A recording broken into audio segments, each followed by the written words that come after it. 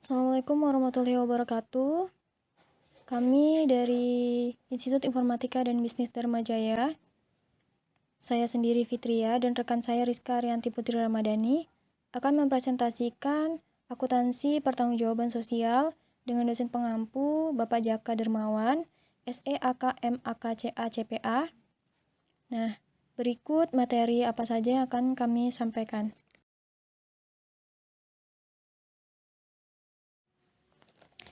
Yang pertama, mengenai pengertian akuntansi pertanggungjawaban sosial.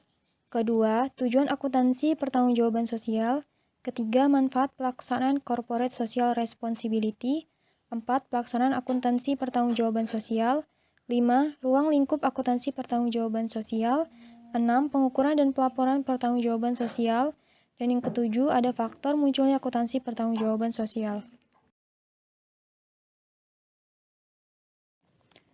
Akuntansi pertanggungjawaban sosial. Akuntansi untuk pertanggungjawaban sosial merupakan perluasan pertanggungjawaban organisasi atau perusahaan di luar batas-batas akuntansi keuangan tradisional, yaitu menyediakan laporan keuangan tidak hanya kepada pemilik modal, khususnya pemegang saham. Perluasan ini didasarkan pada anggapan bahwa perusahaan memiliki tanggung jawab yang lebih luas dan tidak sekedar mencari uang untuk para pemegang saham, tetapi juga bertanggung jawab kepada seluruh stakeholder.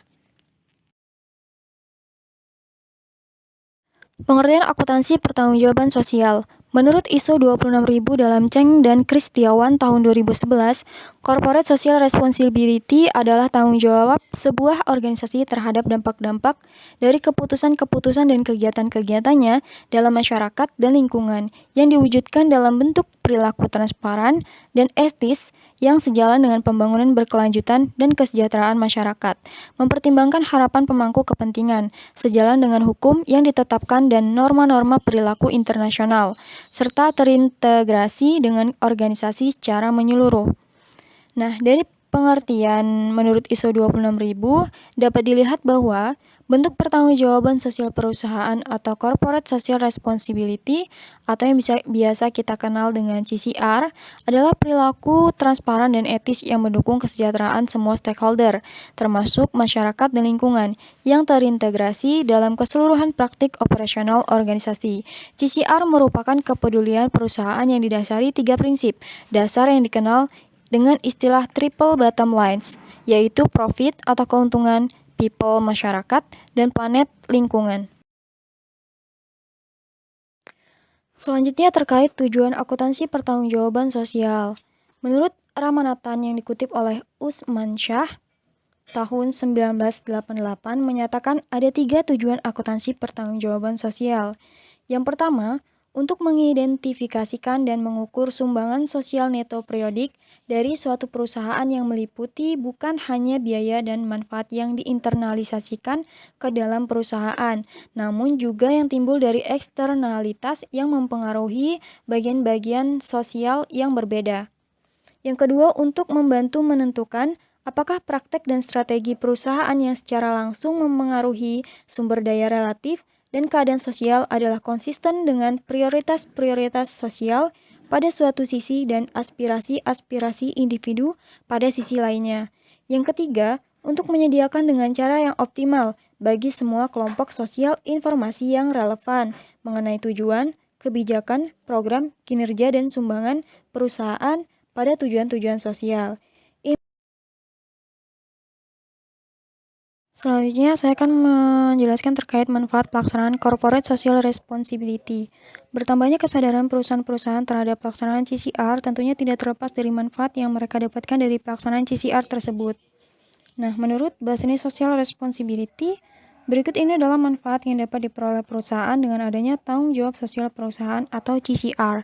Yang pertama, reduce operating cost atau mengurangi biaya operasional.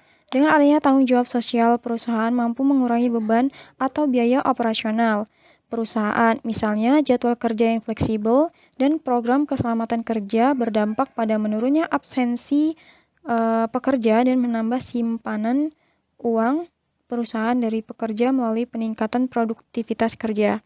Yang kedua ada improve financial performance atau meningkatkan kinerja keuangan. Hubungan antara tanggung jawab sosial dengan kinerja keuangan yang positif dapat dilihat dari kriteria melalui total return, sales growth, and profit growth selama lebih dari satu periode sebaik net profit margin and return on equity. Kemudian yang ketiga ada enhance brand image and reputation atau meningkatkan citra produk dan reputasi. Perusahaan menyadari adanya tanggung jawab sosial bermanfaat bagi meningkatnya reputasi baik perusahaan di mata publik sebagaimana sebaik reputasi di dalam komunitas bisnisnya sehingga dapat menarik rekan bisnis baru dan mendapat keuntungan. Yang keempat, increase sales and customer loyalty atau meningkatkan penjualan dan kesetiaan konsumen. Dengan memproduksi barang yang dapat memenuhi kebutuhan masyarakat dan ditunjang pelaksanaan tanggung jawab sosial perusahaan atau CSR akan menumbuhkan kepercayaan masyarakat terhadap perusahaan tersebut dan diharapkan masyarakat tetap setia menggunakan hasil produksi perusahaan tersebut. Yang kelima, increase productivity and quality atau meningkatkan produktivitas dan kualitas. Usaha perusahaan dalam menciptakan kondisi kerja yang produktif, mengurangi dampak buruk bagi lingkungan atau melibatkan pekerja dalam peningkatan produktivitas dan mengurangi angka kesalahan yang terjadi. Kemudian yang keenam, access to capital atau cara mendapatkan modal.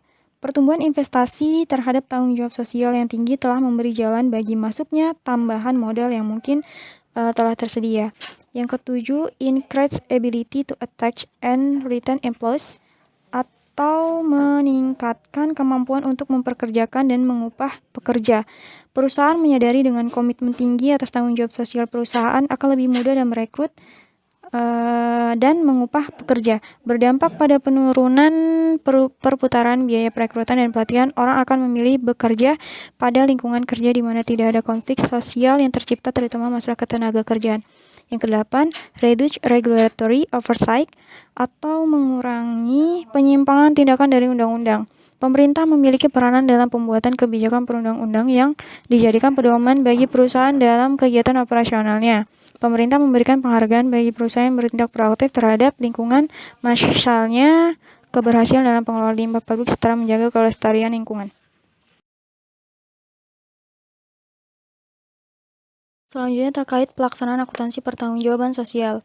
Perubahan sikap perusahaan maupun pemerintah terhadap pelaksanaan CSR disebabkan kesadaran mereka akan pentingnya melaksanakan tanggung jawab sosial perusahaan.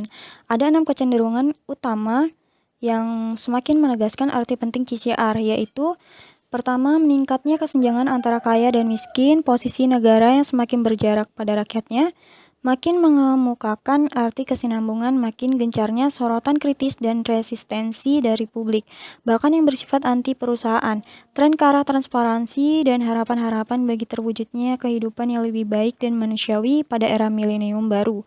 Diharapkan perusahaan saat ini lebih sadar akan tanggung jawabnya selain kepada pemegang saham juga pada masyarakat, lingkungan, dan alam sekitar tempat usahanya.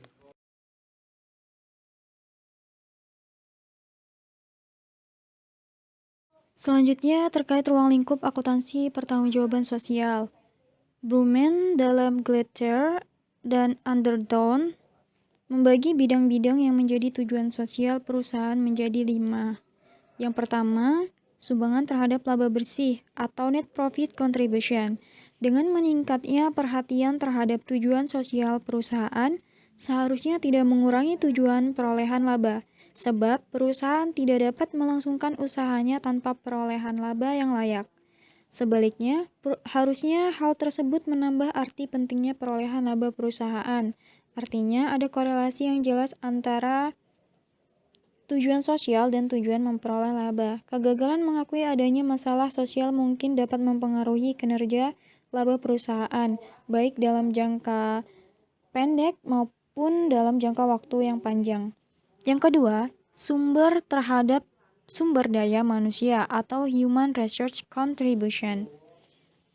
Ini memperlihatkan tentang hubungan perusahaan dengan para pegawainya, yaitu semua yang terlibat dalam kegiatan perusahaan, meliputi pengangkatan pegawai, program pelatihan, pemberian upah dan gaji secara layak, kebijakan promosi jabatan dan rotasi tugas, keamanan kerja, pelayanan kesehatan dan yang memadai, dan lingkungan kerja yang nyaman. Yang ketiga, sumbangan terhadap publik atau public contribution. meliputi bidang-bidang yang menampakkan kegiatan perusahaan terhadap kelompok individu di luar perusahaan, yang antara lain meliputi kegiatan kemanusiaan umum, praktek peluang kesempatan kerja yang adil, pembayaran pajak terhadap pemerintah, dan sebagainya. Kemudian yang keempat ada sumbangan terhadap lingkungan atau environmental contribution.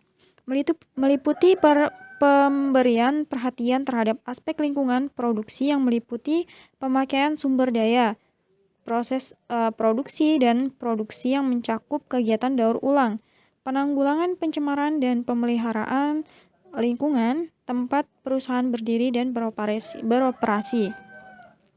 Yang terakhir adalah sumbangan terhadap barang atau jasa, product or service contribution. Meliputi aspek kualitatif produk atau jasa yang diberikan oleh perusahaan, misalnya mengenai kegunaannya, daya tahannya, pengamanan dan pelayanannya yang diupayakan sebaik mungkin sesuai peran yang diemban, serta mencakup pula kepuasan pelanggan, kejujuran perusahaan dalam periklanan, kelengkapan dan kejelasan dalam pemberian segel dan pembukusan.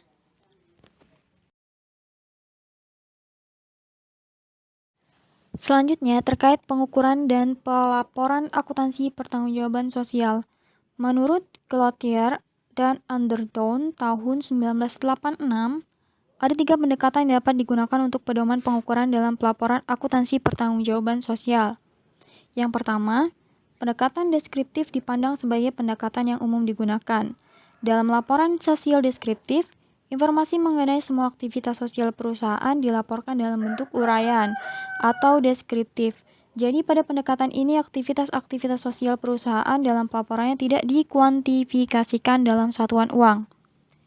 Yang kedua, pendekatan biaya yang dikeluarkan atau the cost of outlay approach. Pendekatan biaya yang dikeluarkan menggambarkan semua aktivitas-aktivitas sosial perusahaan dikuantifikasikan dalam satuan uang dan menjadi hal sebaliknya dari pendekatan deskriptif. Sehingga laporan yang dihasilkan oleh pendekatan biaya yang dikeluarkan mempunyai kemampuan untuk diperbandingkan antara laporan 1 tahun tertentu dengan laporan tahun yang lain. Sedangkan kelemahannya adalah tidak disajikannya manfaat yang diperoleh sehubungan dengan telah dikeluarkannya biaya untuk suatu kegiatan. Pendekatan biaya manfaat atau the cost benefit approach. Yang ketiga ada pendekatan biaya manfaat mengungkapkan baik biaya maupun manfaat dari merupakan aktivitas-aktivitas sosial perusahaan. Pendekatan biaya manfaat mungkin merupakan pendekatan yang paling ideal, namun dalam kenyataannya sulit untuk menerapkannya. Antara lain karena tidak adanya alat ukur manfaat dari yang dihasilkan atas biaya yang telah dikeluarkan untuk aktivitas-aktivitas sosial perusahaan. Selanjutnya, menurut Zulfikar seperti yang dikutip oleh Son Haji tahun 1989, memberikan beberapa teknik pengukuran yang dapat dipakai. Antara lain yang pertama, teknik survei. Teknik ini mencakup cara-cara untuk mendapatkan informasi dari mereka yang dipengaruhi, yaitu kelompok masyarakat yang dirugikan atau yang menerima. Manfaat titik pengumpulan informasi yang paling mudah adalah dengan bertanya langsung kepada anggota kelompok masyarakat yang ada. Yang kedua, biaya perbaikan dan pencegahan. Untuk biaya-biaya sosial tertentu dapat dinilai dengan mengestimasi pengeluaran yang dilakukan untuk memperbaiki dan mencegah kerusakan. Kemudian, penilaian dari penilaian independen. Penilai-penilai independen dapat berguna untuk menilai barang-barang tertentu. Hal ini analog dengan penilaian pengganti yang dilakukan oleh ahli dari luar perusahaan. Kemudian, putusan pengadilan. Putusan pengadilan misalnya benda akibat dari suatu kegiatan yang sering menunjukkan nilai sosial.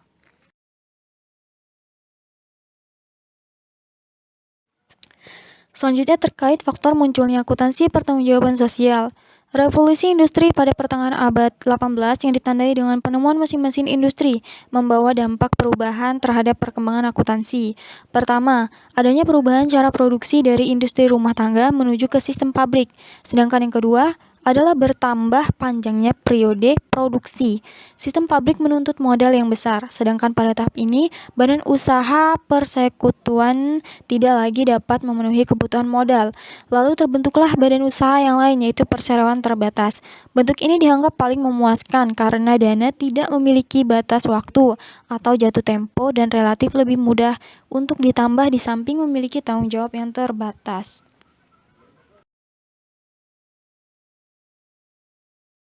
Baiklah, melanjutkan pembahasan yang telah dilakukan oleh rekan saya sebelumnya, berikut adalah subbab pembahasan-pembahasan yang akan kita bahas pada slide-slide berikutnya.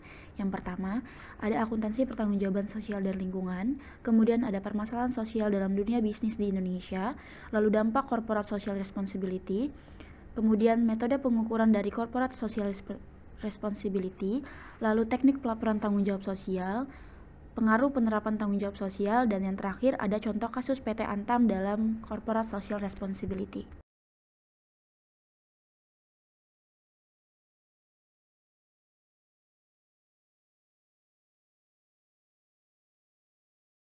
Akuntansi pertanggungjawaban sosial dan lingkungan atau biasa dikenal sebagai Corporate Social Responsibility. Regulasi mengenai akuntansi pertanggungjawaban sosial di Indonesia telah diatur dalam Pernyataan Standar Akuntansi Keuangan PSAK nomor 57 yang diterbitkan oleh Ikatan Akuntansi Indonesia atau IAI. Akuntansi dampak lingkungan dari aktivitas perusahaan juga telah diatur oleh SAK PSAK nomor 1 paragraf 9 telah memberikan penjelasan mengenai penyajian dampak lingkungan. Selanjutnya, permasalahan sosial dalam dunia bisnis di Indonesia. Banyaknya permasalahan-permasalahan sosial yang dihadapi oleh perusahaan PMA maupun PMDN di Indonesia menunjukkan betapa dunia usaha sangat rentan dengan berbagai masalah sosial. Beberapa kasus seperti maraknya aksi demo buruh, penjarahan gudang, perusahaan gedung kantor dan pabrik, dan penggarapan lahan perusahaan karena masyarakat meyakini tanah ulayat dan hak-hak rakyat yang dirampas oleh penguasa pada masa lalu semakin menguatkan fakta tentang stabilitas sosial yang tidak kondusif. Berikut merupakan video salah satu contoh kasus yang terjadi pada Corporate Social Responsibility atau akuntansi pertanggungjawaban sosial. Kasus ini terjadi pada PT Antam di daerah Kolaka Selatan yang menunjukkan bahwa masyarakat-masyarakat di lingkungan tersebut mengajukan demo mengenai transparansi dana Corporate Social Responsibility yang tidak jelas diperuntukkan untuk apa dan merugikan daerah karena tidak memberikan dampak baik. Lalu selanjutnya juga mengenai mekanisme ketenagakerjaan yang meliputi proses penerimaan karyawan PT Antam yang tidak mengutamakan putra daerah Kolaka Selatan.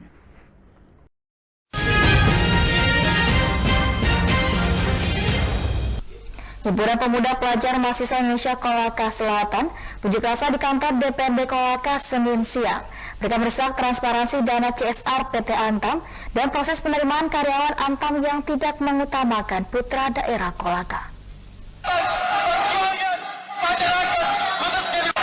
Masa menamakan diri Himpunan Pemuda Pelajar Mahasiswa Indonesia Kolaka Selatan (HIPMA Kolsel) berunjuk rasa di kantor DPRD Kolaka Senin siang. Dalam orasinya,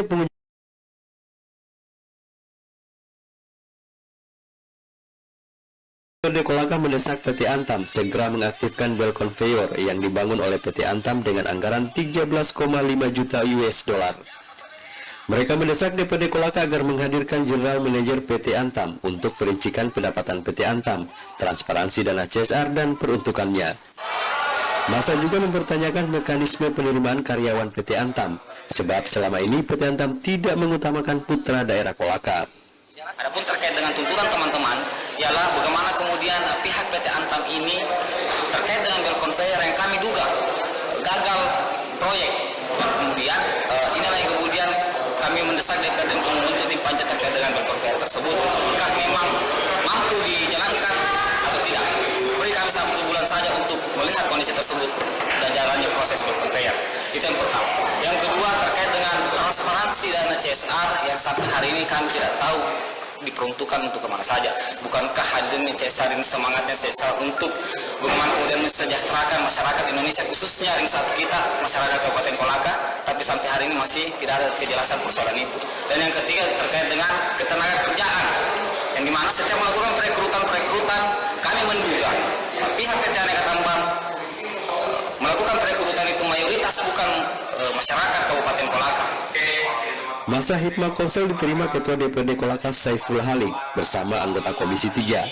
Di hadapan pengunjuk rasa, pimpinan DPRD Kolaka berjanji segera memanggil pihak PT Antam dan instansi terkait untuk menggelar rapat dengar pendapat. Kami akan menunda pertemuan hari ini. Jadi, yang ini kita akan besok. Ya, teman-teman. Bisa ya?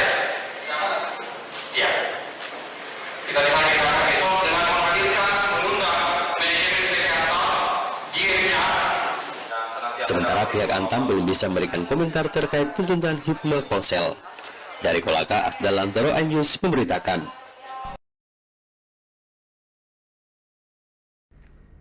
Selanjutnya yakni dampak corporate social responsibility.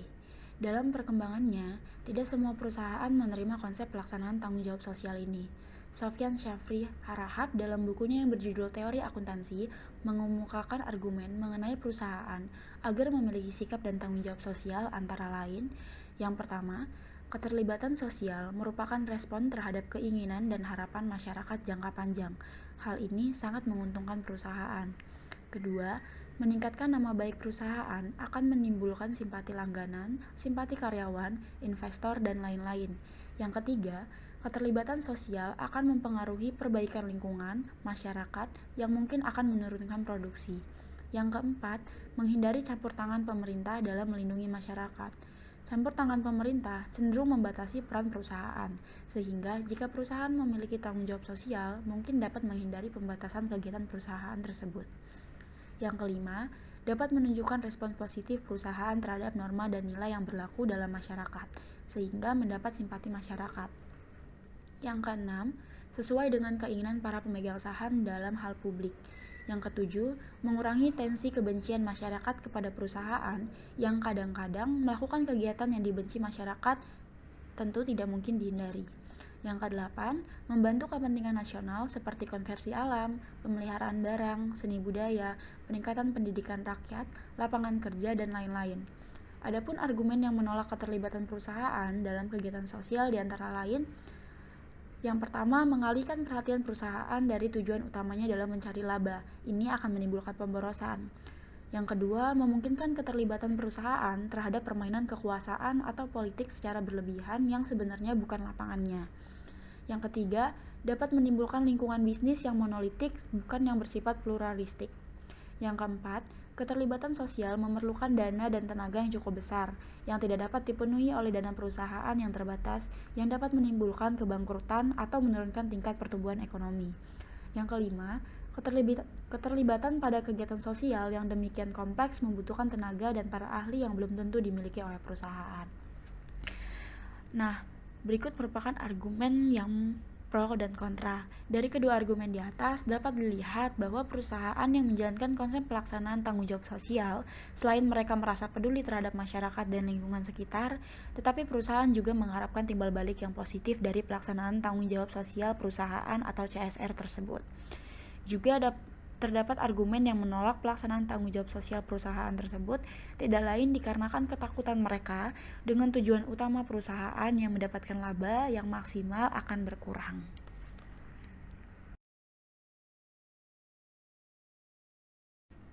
Selanjutnya, metode pengukuran dari corporate social responsibility.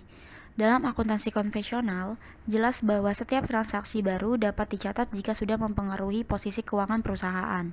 Dalam Socio-Economic Accounting atau SEA, kita harus mengukur dampak positif yakni social cost dan dampak negatif yakni social negatif yang ditimbulkan oleh kegiatan perusahaan. Nah, disinilah rumitnya menghitung dampak ekonomis pelaksanaan tanggung jawab sosial tersebut. Metode pengukuran tanggung jawab sosial sebagai informasi yang akan dilaporkan dalam socio-economic reporting misalnya. Yang pertama, menggunakan penelitian dengan menghitung opportunity cost approach, misalnya dalam menghitung social cost dari pembuangan. Maka dihitung berapa kerugian manusia dalam hidupnya, berapa berkurang kekayaannya, berapa kerusakan wilayah rekreasi, dan lain sebagainya akibat pembuangan limbah. Total kerugian itulah yang menjadi social cost perusahaan. Yang kedua, menggunakan daftar kuesioner. Survei di mana mereka yang merasa dirugikan ditanyai berapa besar jumlah kerugian yang ditimbulkan atau berapa biaya yang harus dibayar kepada mereka sebagai kompensasi kerugian yang dideritanya. Yang ketiga, menggunakan hubungan antara kerugian massal dengan permintaan untuk barang, pengurangan dalam menghitung jumlah kerugian masyarakat. Dan yang keempat, menggunakan reaksi pasar dalam menentukan harga. Misalnya, vonis hakim akibat pengaduan masyarakat akan kerusakan lingkungan dapat juga dianggap sebagai dasar perhitungan.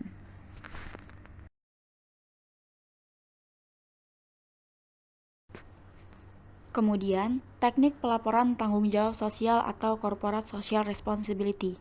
Yang pertama, pengungkapan dalam surat kepada pemegang saham, baik dalam laporan tahunan atau bentuk laporan lainnya. Yang kedua, pengungkapan dalam catatan atau laporan keuangan. Dan yang ketiga, dibuat dalam perkiraan tambahan, misalnya melalui adanya perkiraan akun, penyisian kerusakan lokasi, biaya pemeliharaan lingkungan, dan sebagainya.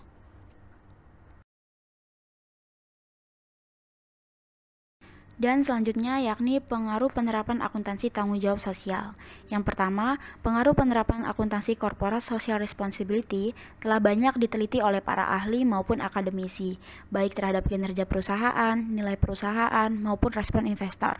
Pengaruh akuntansi CSR terhadap kinerja keuangan perusahaan misalnya diungkapkan oleh Kurnianto pada tahun 2011, bahwa pengungkapan aktivitas corporate social responsibility atau CSR disclosure tidak terbukti berpengaruh positif terhadap return on equity (ROE) perusahaan 1 tahun ke depan.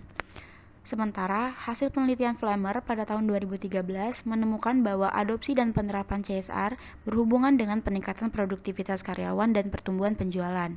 Penelitian yang dilakukan oleh Rosiana, Juliarsa, dan Sari pada tahun 2013 juga menunjukkan bahwa pengungkapan CSR berpengaruh positif dan signifikan terhadap nilai perusahaan dan profitabilitas mampu memperkuat pengaruh pengungkapan CSR terhadap nilai perusahaan. Temuan senada juga diungkapkan oleh Elliot dan kawan-kawan pada tahun 2012, yakni bahwa kinerja CSR yang lebih baik meningkatkan estimasi investor atas nilai dasar perusahaan. Sekian presentasi dan pembahasan dari kami mengenai akuntansi pertanggungjawaban sosial atau corporate social responsibility.